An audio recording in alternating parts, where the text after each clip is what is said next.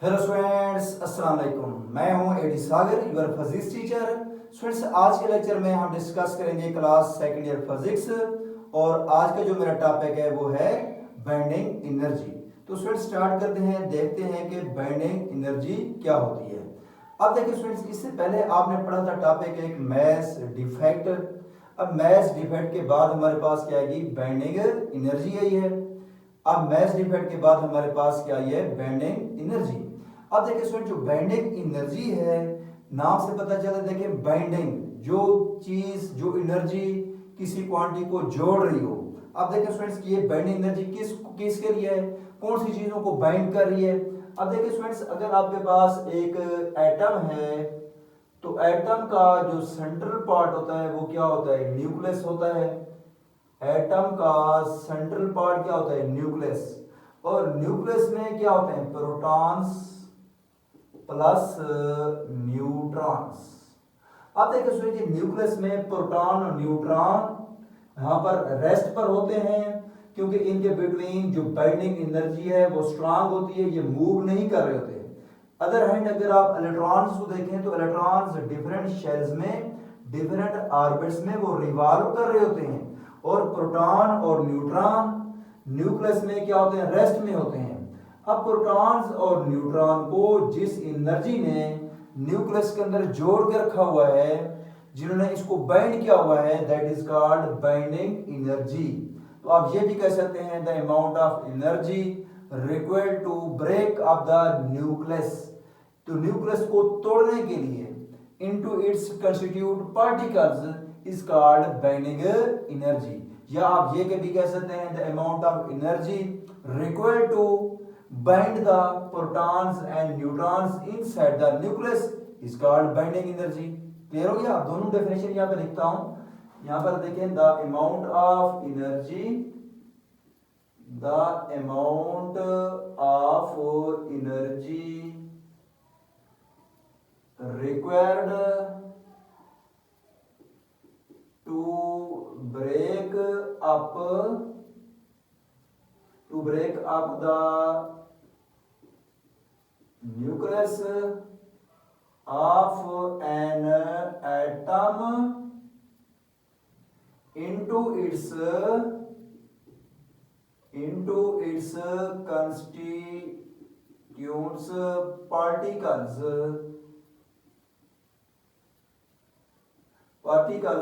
is called binding energy. Is called binding energy. एक और definition इसके अपोजिट में लिखता हूं, the amount of energy required to hold the proton and neutron inside the nucleus. या आप यूं कह सकते हैं the amount of energy which hold the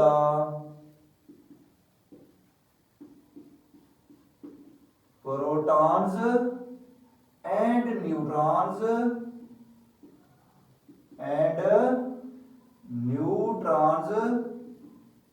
inside the nucleus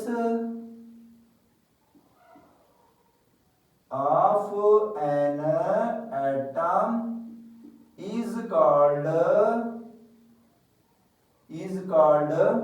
binding energy. Is called binding energy. B dot E भी लिख सकते हैं, इसका सिंबल होता है शॉर्टकट बी डॉट ई भी आप लिखते हैं बाइंडिंग एनर्जी के लिए। Is called binding energy. Clear हो गया स्टूडेंट्स? अब देखिए students, by Einstein mass energy equation, तो यहां पर देखिए मैं लिखता हूं, अगर by Einstein mass energy equation,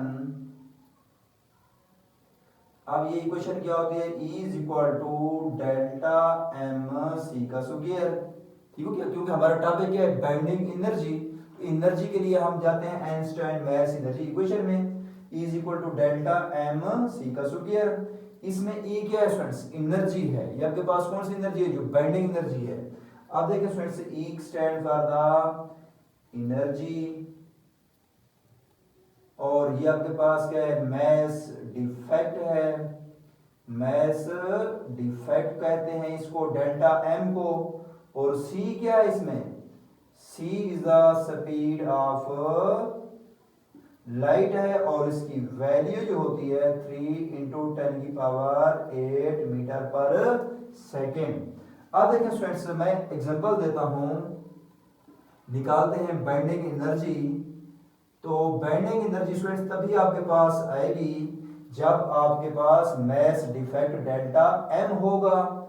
अब देखिए स्टूडेंट्स, मैं एग्जांपल देता हूं हीलियम की He2 4। अब देखिए स्टूडेंट्स, सबसे पहले इसकी मैस डिफेक्ट निकालते हैं।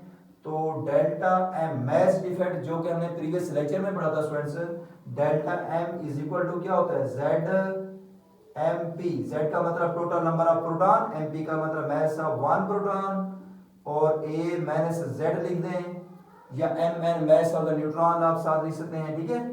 तो M N mass of the one neutron, ये total number of the neutron. इसके बाद है minus mass of the nucleus. तो स्टूडेंट्स ये हमने प्रीवियस लेक्चर में पढ़ा था मैस डिफेक्ट का फार्मूला। अब देखिए स्टूडेंट्स, पहले मैस डिफेक्ट निकालेंगे तभी हमारे पास बाइंडिंग एनर्जी आएगी। अब देखिए students, delta M is equal to Z है नंबर ऑफ द प्रोटॉन्स, कितने प्रोटॉन है 2। आप चेक कर सकते हैं एटॉमिक नंबर, प्रोटॉन नंबर होता है 2 into mess of the one proton MP. Atomic mass unit में तो वन प्रोटॉन की जो मैस होती है 1.007276। इसके बाद है plus A minus Z number of the neutrons. Number of the neutrons कितने होते हैं, मैस नंबर में से एटॉमिक नंबर माइनस करें, 4 - 2 करें तो आपके पास 2 आ जाएगा, into M N mass of the one neutron 1.008665। फिर minus mass of the helium nucleus कितनी है वो 4.002603 भी लिख सकते हैं आप साथ, ठीक है, ये एग्जैक्ट वैल्यू इसकी है। अब देखिए फ्रेंड्स, नेक्स्ट स्टेप में हम ये करते हैं कि delta M is equal to 2 को मल्टीपल करते हैं स्टूडेंट्स 1.007276 के साथ, फिर इस 2 को इसके साथ मल्टीपल करते हैं, फिर इन दोनों के सम में से इसको माइनस करते हैं। तो देखिए स्टूडेंट्स, 2 मल्टीपल मैं लिखता हूं इसको, 2 मल्टीपल 1.007276। तो स्टूडेंट्स ये आपके पास value delta M is equal to value आती है 2.0145552। फिर प्लस इस 2 को इस साथ मल्टीपल करता हूं, देखें स्टूडेंट्स 2 मल्टीपल 1.0086665। तो स्टूडेंट ये आपके पास वैल्यू आती है 2.01733। फिर माइनस 4.0026003। तो देखिए students, delta M is equal to, इन दोनों को मैं प्लस कर लेता हूं, 2.0145552 प्लस कितनी है 2.01733। तो ये स्टूडेंट्स मेरे पास वैल्यू आ रही है 4.0318882, फिर माइनस 4.0026003। तो देखिए students, delta M is equal to, इसमें से इसको माइनस करता हूं स्टूडेंट्स, 4.0318882, फिर माइनस 4.02603। तो स्टूडेंट्स ये मेरे पास वैल्यू आ रही है 0.02927 AMU। अब जो है स्टूडेंट्स, मैं इस AMU को एटॉमिक मैस यूनिट वैल्यू को किलोग्राम में कन्वर्ट करता हूं। तो स्टूडेंट्स आप याद रखें 1 AMU 1.66 10⁻⁻27 किलोग्राम के इक्वल होता है। तो इसकी वैल्यू पुट करता हूं तो डेल्टा एम मेरे पास किलोग्राम में आ जाएगा। तो मैं लिखूंगा 0.02927 मल्टीपल 1 AMU की जगह पर क्या वैल्यू पुट कर दूंगा उसकी 1.66 10 की पावर -27। तो students delta M is equal to कितना आ जाएगा, मल्टीपल करते हैं। अब देखिए स्टूडेंट्स इनको मैं मल्टीपल कर रहा हूं 0.02927 और मल्टीपल करता हूं इसको 1.66 के साथ। तो स्टूडेंट्स ये मेरे पास आता है 0.04860 और 10 की पावर -27 को मैंने एज इट आने दिया। अब देखिए स्टूडेंट जो बेंडिंग एनर्जी है हमारे पास वो है डेल्टा एम सी का स्क्वायर। नेक्स्ट स्टेप में देखिए स्टूडेंट्स हम डेल्टा एम की वैल्यू पुट कर देते हैं, ये वाली 0.0486031 और इंटू 10 की पावर -27 और मल्टीपल के स्पीड ऑफ लाइट 3 इंटू 10 की पावर 8 होल का स्क्वायर। अब देखिए students bending energy is equal to 0.0486031 10 की पावर -27 और इसका स्क्वायर लें 3 का स्क्वायर 9 होता है, इसकी पावर कितनी आ जाएगी 16। ठीक हो गया। 8 की पावर 10 की पावर 8 का स्क्वायर लेते हैं तो 16 आ जाता है, तो ये 10 की पावर 16 आ गई। अब 9 को इस साथ मल्टीपल करता हूं, इनकी बेसिस ले लेता हूं मैं, तो हमारे पास आंसर क्या आता है, इसको कैलकुलेटर से सॉल्व करते हैं। 4.374283 10 की power -12 joule. In nuclear physics it is more convenient. अब नेक्स्ट लिखता हूं in nuclear physics it is more convenient to write the mass into energy unit। अब देखिए स्टूडेंट जो आइंस्टाइन मैस एनर्जी इक्वेशन है E is equal to mc का square. अब देखिए स्टूडेंट्स AMU कितनी होती है 1.66 10 की पावर -27। अब ये आपके पास -27 आ जाती है किलोग्राम के इक्वल। तो यहां पर देखिए स्टूडेंट्स मैं अगर वैल्यू पुट करता हूं इसकी डेल्टा एम, इसको E is equal to delta M C का स्क्वायर लिखें तो 1.66 10 की पावर -27 इंटू सी है 3 मल्टीपल 10 की पावर 8 का होल स्क्वायर। तो E इज इक्वल टू 1.66 10 की पावर -27 मल्टीपल 9 इंटू 10 की पावर 16 हो जाएगा। इसको ओपन करने के बाद इनको मल्टीपल करते हैं तो ये आपके पास आ जाता है 1.494 10 की पावर -12 जूल। अब देखिए स्टूडेंट्स ये जूल में ये हम इसको कन्वर्ट करते हैं इलेक्ट्रॉन वोल्ट में। तो इलेक्ट्रॉन वोल्ट में देखिए स्टूडेंट्स यहां पर मैंने जूल में लिखा हुआ एनर्जी को, इसको अगर आप जूल को इलेक्ट्रॉन वोल्ट में कन्वर्ट करते हैं, क्योंकि एनर्जी का यूनिट न्यूक्लियर फिजिक्स में हम जूल बहुत कम यूज करते हैं, इलेक्ट्रॉन वोल्ट यूज करते हैं। तो यूं समझिए कि देखिए आप इसको भी, ये बेंडिंग एनर्जी है, इसको भी अगर आप इस जूल को इलेक्ट्रॉन वोल्ट में कन्वर्ट करना चाहते हैं तो इसको अगर आप डिवाइड करें 1.6 10 की पावर -19 जूल से इलेक्ट्रॉन वोल्ट में जाना हो, क्योंकि जूल भी एनर्जी का यूनिट है, इलेक्ट्रॉन वोल्ट भी एनर्जी का यूनिट है। तो अगर स्टूडेंट्स आप जूल को इलेक्ट्रॉन वोल्ट में कन्वर्ट करना चाहते हैं तो कितना डिवाइड करेंगे 1.6 10 की पावर -19। तो यहां पर भी देखिए स्टूडेंट्स इनको मल्टीपल किया, ये जूल में एनर्जी आ गई।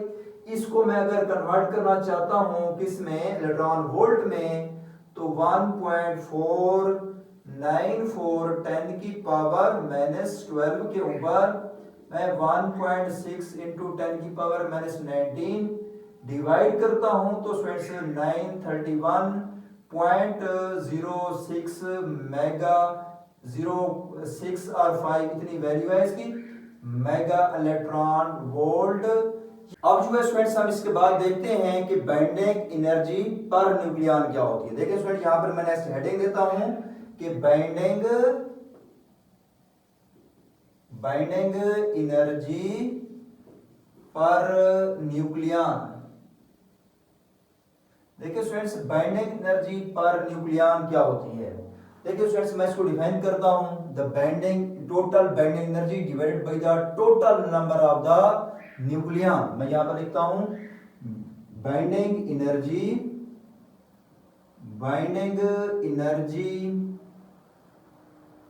Divided by total number of nucleon is called binding energy per nucleon. अब देखिए students binding energy per nucleon का मतलब ये है कि पूरी absolute value, absolute binding energy total value को कहते हैं। अब एक न्यूट्रॉन, देखिए जो बाइंडिंग एनर्जी मैंने स्टार्ट में बताया ये वो एनर्जी होती है जो प्रोटॉन और न्यूट्रॉन्स को आपस में जोड़ के रखती है। और एक प्रोटॉन को जोड़ने के लिए न्यूक्लियस के अंदर जितनी एनर्जी चाहिए होती है, या एक न्यूट्रॉन को न्यूक्लियस के अंदर बॉन्ड करने के लिए, उसको बाइंड करने के लिए जितनी एनर्जी चाहिए होती है, उस एनर्जी को क्या कहते हैं students binding energy per nucleon. मतलब एक न्यूक्लियन के ऊपर, एक पार्टिकल के ऊपर कितनी एनर्जी आ रही है। ठीक है, तो अब देखिए स्टूडेंट्स इसलिए लिखा है binding energy divided by the total number of the nucleon is called binding energy. It is also called packing fraction, इसको पैकिंग फ्रैक्शन भी कहते हैं। It is also called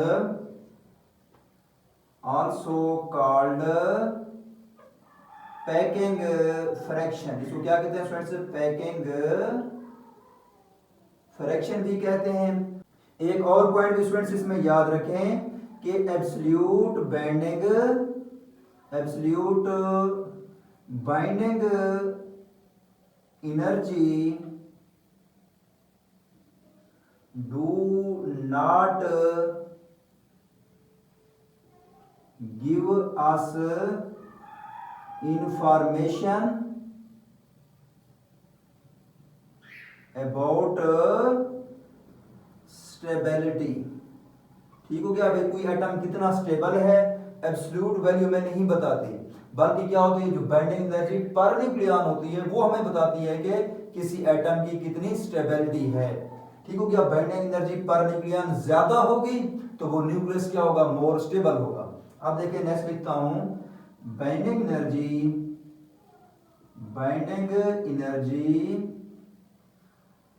per nucleon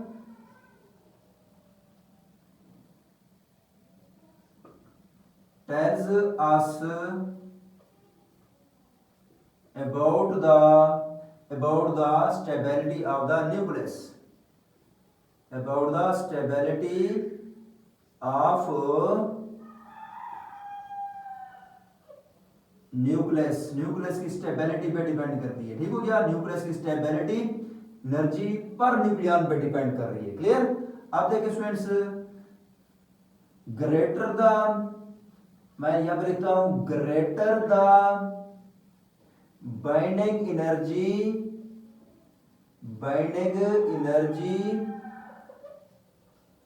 per nucleon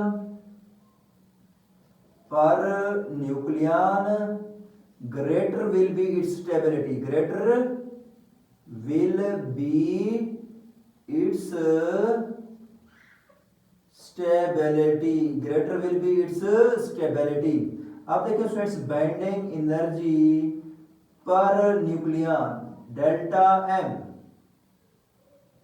binding energy per nucleon आपके पास क्या होगी, binding energy per nucleon मतलब total number of the particles divided by A लिखा, तो यहां पर मैं इसको लिखूंगा बाइंडिंग एनर्जी क्या थी, ZMP plus A minus Z into MN minus mass of nucleus और इंटू क्या था, C का स्क्वायर डिवाइड बाय आपके पास A आ जाएगा।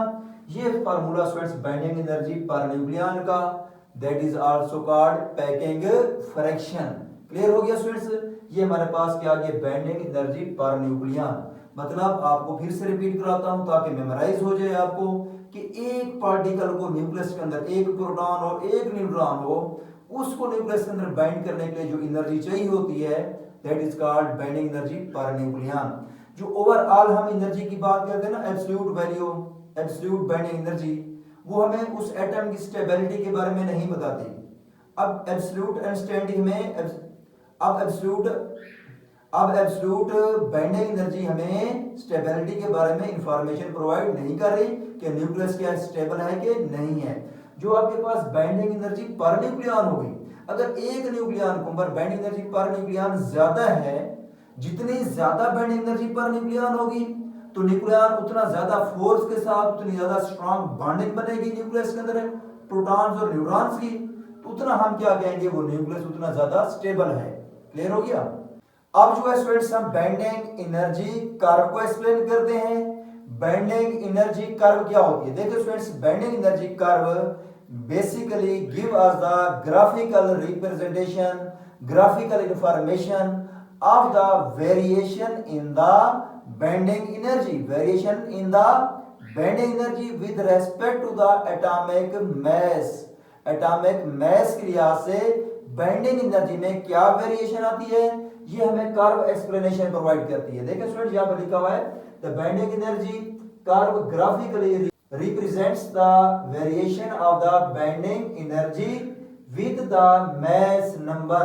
जिस तरह मास नंबर बढ़ता जाता है, याद रखें स्टूडेंट्स, बाइंडिंग एनर्जी भी बढ़ती जाती है लाइट न्यूक्लियाई से इंटरमीडिएट न्यूक्लियाई तक। देखिए students, binding energy per nucleon increases from lightest nuclei to medium size nuclei. Lightest nuclei मतलब 50 से लेकर 100 इन एलिमेंट्स की जो मैसेज जिनकी 50 टू 100 के बिटवीन लाई करती है, जिन न्यूक्लियाई की मैस नंबर, जिन न्यूक्लियाई का मैस नंबर 50 टू 100 के बिटवीन लाई करता है, तो 50 से 100 तक मैस नंबर जैसे जैसे इंक्रीज होता जाता है तो बाइंडिंग एनर्जी पर न्यूक्लियन भी इंक्रीज होती जाती है। फिर इसके बाद क्या होता है स्टूडेंट्स, जब कोई हैवी न्यूक्लियाई होता है तो हैवी न्यूक्लियाई के केसेस में binding energy per nucleon decrease होती है। अब रीजन क्या है, देखिए स्टूडेंट्स, आपको रीजन बताता हूं कि हैवी न्यूक्लियाई में बाइंडिंग एनर्जी पर न्यूक्लियन क्यों डिक्रीज हो जाती है। स्टूडेंट्स रीजन ये है कि जो हैवी न्यूक्लियाई होते हैं उसमें नंबर ऑफ प्रोटॉन्स इंक्रीज हो जाते हैं, उनमें नंबर ऑफ प्रोटॉन ज्यादा होते हैं, तो नंबर ऑफ प्रोटॉन्स के between force of repulsion increase हो जाएगी। जब नंबर ऑफ प्रोटॉन बढ़ेंगे, क्योंकि हैवी न्यूक्लियाई है, जैसे जैसे कोई न्यूक्लियाई हैवी होता जाएगा उनके अंदर नंबर ऑफ प्रोटॉन, जैसे जैसे स्टूडेंट्स कोई एलिमेंट्स कोई न्यूक्लियाई हैवी होते जाते हैं तो उनके अंदर नंबर ऑफ प्रोटॉन्स इंक्रीज होते जाते हैं। नंबर ऑफ प्रोटॉन्स बढ़ते जाएंगे तो उनके बिटवीन प्रोटॉन्स के between force of repulsion increase हो जाती है। Force of repulsion between the protons, ये रीजन है जिसकी वजह से force of repulsion of the protons between the protons की वजह से बाइंडिंग एनर्जी क्या हो जाती है स्टूडेंट्स, कम हो जाती है। अब देखिए स्टूडेंट्स, यहां पर लिखा हुआ है कि the curve reach to the peak at A is equal to 56। अब मैस नंबर 56 के ऊपर वैल्यू जो है वो कहां पे पहुंच जाती है, पीक वैल्यू तक पहुंच जाती है। आपके पास बाइंडिंग एनर्जी पीक वैल्यू पर पहुंच जाती है और वो स्टेबिलिटी को शो करती है। अब देखिए beyond A is equal to 100, जब हम 100 क्रॉस कर जाते हैं, अब 100 के बाद जितने भी एलिमेंट्स आते हैं जिनका मैस नंबर 100 से ग्रेटर है, तो जैसे जैसे उनकी मैस बढ़ती जाएगी तो बाइंडिंग एनर्जी पर न्यूक्लियन क्या होती जाएगी, कम होती जाएगी। देखिए लिखा हुआ है beyond A is equal to 100 binding energy per nucleon decreases making large nuclei less stable. तो इस वजह से जब बाइंडिंग एनर्जी पर न्यूक्लियन कम होती जाएगी तो जो लार्ज न्यूक्लाई होंगे वो लेस स्टेबल होते जाएंगे। नेक्स्ट लिखा हुआ है यहाँ पर देखिए, nuclei with higher binding energy per nucleon are more stable. जिनकी बाइंडिंग एनर्जी पर न्यूक्लाई है वो more binding energy per nucleon ज्यादा है, वो मोर स्टेबल है। जो ज्यादा स्टेबल होते हैं they do not undergo fission reaction. Fission reaction क्या होता है? जब कोई हैवी एलिमेंट टूट जाता है स्मॉलर न्यूक्लाई में, तो क्योंकि वो क्यों टूटता है? वो अनस्टेबल होता है। फिजन का मतलब क्या होता है? किसी एलिमेंट का, किसी अनस्टेबल न्यूक्लाई का ब्रेक हो जाना, टूट जाना स्मॉल पार्टिकल्स में। तो यहाँ पर देखिए स्टूडेंट्स, जिस न्यूक्लाई की बाइंडिंग एनर्जी पर न्यूक्लियन ज्यादा होगी, ग्रेटर होगी, तो वो फिजन रिएक्शन नहीं करेगा। अब देखिए नेक्स्ट लिखा हुआ है, nuclei with the lower binding energy. अब जिसकी बाइंडिंग एनर्जी क्या होगी? कम होगी, तो वो क्या होगा? अनस्टेबल होगा, और वो क्या करेगा? फिजन रिएक्शन शो करेगा। अब इस ग्राफ में देखिए स्टूडेंट्स, ये ग्राफ बनाया है मैंने, इस ग्राफ को कहते हैं स्टूडेंट्स बाइंडिंग एनर्जी कर्व। अब देखिए स्टूडेंट्स, मास नंबर और बाइंडिंग एनर्जी पर न्यूक्लियन के बिटवीन क्या है? ग्राफ है। अब देखिए स्टूडेंट, जैसे जैसे मास नंबर बढ़ता जाता है तो बाइंडिंग एनर्जी पर न्यूक्लियन भी बढ़ती जाती है। और देखो यहां तक आपके पास जो मॉलिक्यूल्स हैं, जो न्यूक्लाई हैं, वो क्या है? इंटरमीडिएट हैं। और हाईएस्ट बाइंडिंग एनर्जी किसकी है? एरन की है। बाइंडिंग एनर्जी पर न्यूक्लियन सबसे ज्यादा किसकी है? एरन की है। ये पीक बनती है इस कर्व की, मैक्सिमम वैल्यू है। अब स्टार्ट से देखें कि जैसे जैसे मास नंबर बढ़ता गया, मास नंबर बढ़ने से देखो पहले इसका 3 था, 3, 6, 7 एंड सो ऑन। देखिए कार्बन का 14, 16, ये 56। जैसे जैसे मास नंबर बढ़ता गया तो आपके पास बाइंडिंग एनर्जी पर न्यूक्लियन भी इंक्रीज होती गई और एरन पे जाकर मैक्सिमम हो गई। इसके बाद फर्दर देखिए स्टूडेंट्स, जैसे मास आगे बढ़ रही है, मास बढ़ती जा रही है, तो लेकिन बाइंडिंग एनर्जी क्या होती जा रही है? कम होती जा रही है। तो इस तरह स्टूडेंट्स, जो हैवी न्यूक्लाई है उनकी बाइंडिंग एनर्जी पर न्यूक्लियन कम होगी, तो वो क्या होंगे? लेस स्टेबल होंगे। अगर देखें यूरेनियम को देखो, तो यूरेनियम जो है इसकी बाइंडिंग एनर्जी पर न्यूक्लियन कम है as compared to the iron, तो आयरन ज्यादा स्टेबल होगा और यूरेनियम लेस स्टेबल होगा। क्लियर हो गया? ये था स्टूडेंट्स हमारा आज का टॉपिक बाइंडिंग एनर्जी। क्लियर हो गया? ओके स्टूडेंट्स, अल्लाह हाफिज।